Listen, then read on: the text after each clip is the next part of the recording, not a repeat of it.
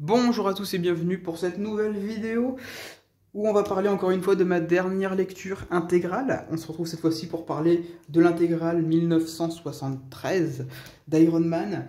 Iron Man qui n'était pas un personnage que je portais particulièrement dans mon cœur. Ce qui a changé avec cette intégrale, comme je vais vous en parler dans quelques instants. Scénario, Mike Friedrich, Steve Gerber, Jim Starlin, Bill Everett, Roy Thomas, que du beau nom.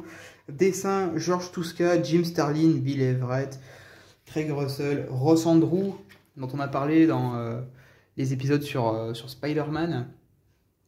Même si c'est Tuska qui fait l'intégralité, la majeure partie de ces épisodes. Donc, je vous l'ai dit, Iron Man, j'ai jamais été un grand fan.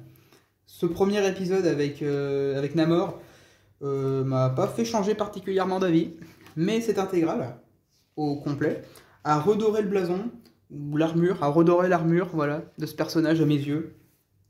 Je vais pas faire plus de suspense. J'ai adoré cette intégrale qui m'a réconcilié complètement avec le personnage d'Iron Man. Même si le début, voilà, le début avec Namor, ensuite un épisode avec Drax, voilà, qui va envoyer un message mental à Iron Man pour lui dire attention, il y a un ennemi qui va venir te capturer. Je crois que ça, c'est la première apparition de Thanos. J'ai pas envie de dire de bêtises. Si les fans de Marvel, vous me corrigerez. Il me semble que c'est la première apparition de Thanos. Hein. Ou peut-être pas. Peut-être que je dis absolument n'importe quoi. Voilà. Donc, deux premiers épisodes qui n'étaient pas incroyables non plus. Ensuite, voilà, alors, cet épisode-là, je l'ai trouvé vachement sympa avec le personnage de Rasputin qui va essayer de prêcher un petit peu dans un parc. Voilà, je crois que c'en est à Central Park dans cet épisode. Petit doute. Je sais plus. Je sais plus. Cette intégrale, pour moi, ça a été un peu... peut-être pas une révélation, parce que...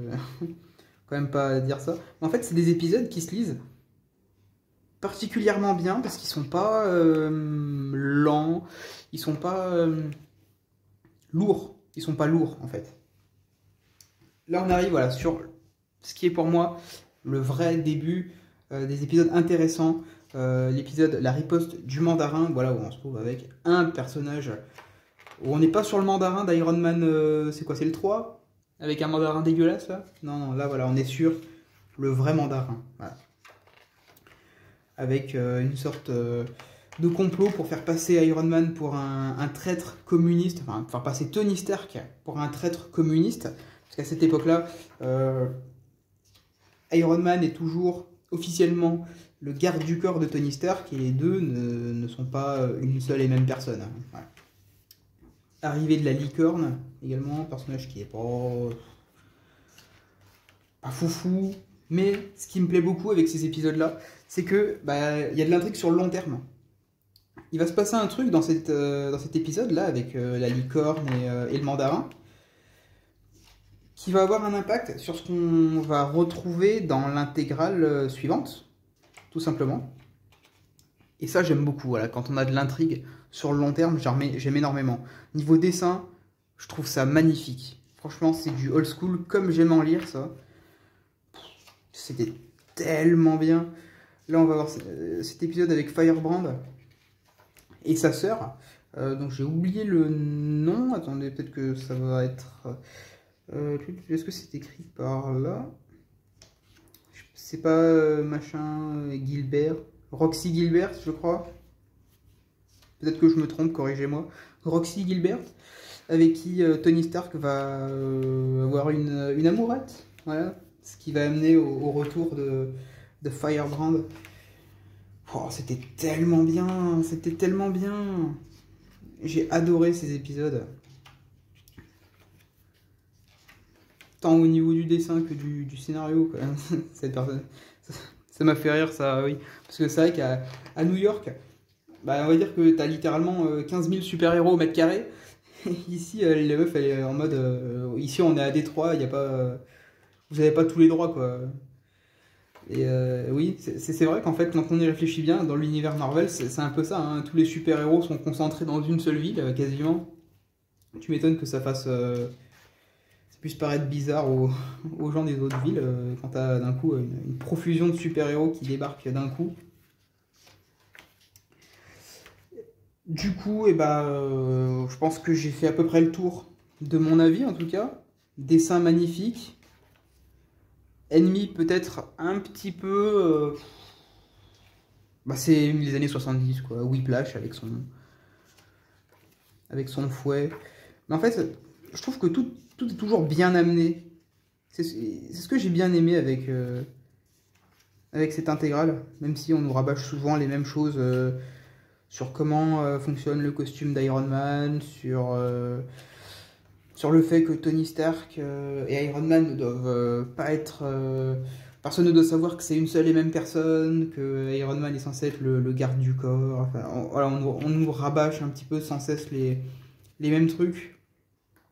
Mais honnêtement, non, moi j'ai trouvé ça excellent. Alors, on a le personnage de Happy Hogan aussi qui est présent dans cette intégrale, qui est caractérisé... je saurais pas vraiment dire s'il est caractérisé particulièrement bien ou pas. Moi, la seule référence que j'ai de Happy, c'est le MCU, quoi. Jon Favreau. Donc, c'est sûr que forcément, ça m'a fait bizarre de voir cette interprétation-là, cette version de Happy Hogan. Mais ça restait quand même logique, en fait, je trouve, par rapport à ce qui se passait scénaristiquement. Donc ça m'a pas dérangé plus que ça. Par contre, ce personnage-là, faut en parler, moi j'ai pas du tout aimé. C'est le seul truc que j'ai pas aimé. Docteur Obadou, un truc comme ça là. Pas ouf, honnêtement. Pas incroyable. Avec sa gemme là. Non, c'était pas incroyable ça. En plus, c'est vraiment à base de retournement de situation. Style. Ici, c'est la fin. Voilà, la fin, c'est l'affrontement avec Thor. Donc là, on nous tease ce qui va se passer dans l'intégrale suivante. Donc, quand je vous parlerai de l'intégrale suivante, on reprendra Iron Man contre Thor. Et je vous expliquerai un petit peu, moi, ce qui m'a dérangé. Mais on est un peu sur du double, triple retournement de situation. En fait, t'as cru que c'était moi, mais c'était pas moi. Ouais, non, merci, ça ira. Honnêtement, sans façon. C'est un peu la seule ombre au tableau pour moi. On a après un épisode avec Ant-Man. Un petit peu osef. Honnêtement, un petit peu drôle, voilà, la manière dont il se termine. Mais, c'était pas ouf. Une belle galerie de couverture. Et donc voilà, pour moi, en fait, ouais, c'était la redécouverte du personnage d'Iron Man. Et un petit peu comme ce que j'ai pu vous dire sur la première intégrale Spider-Man, la première intégrale me fait dire... Enfin, la première intégrale... Ma première lecture en intégrale me fait dire ouais j'aime bien, franchement c'est cool. Mais la vraie révélation, c'est l'intégrale d'après. Voilà. C'est la confirmation. Ce qui fait qu'aujourd'hui, Iron Man et Spider-Man sont deux personnages que je vais suivre en intégrale avec grand plaisir, tout comme Daredevil dont je vous ai déjà parlé. Donc voilà pour cette intégrale 73 d'Iron Man. Moi personnellement, belle découverte pour un personnage qui m'intéressait pas particulièrement. Petite dédicace à What If Comics qui est très très fan d'Iron Man, hein, c'est son super-héros préféré. Et maintenant je peux te le dire, j'ai bien envie quand même de découvrir beaucoup plus d'Iron Man maintenant, voilà. Il m'a complètement converti, alors pourtant je pouvais absolument pas me blairer ce personnage il y a quelques temps.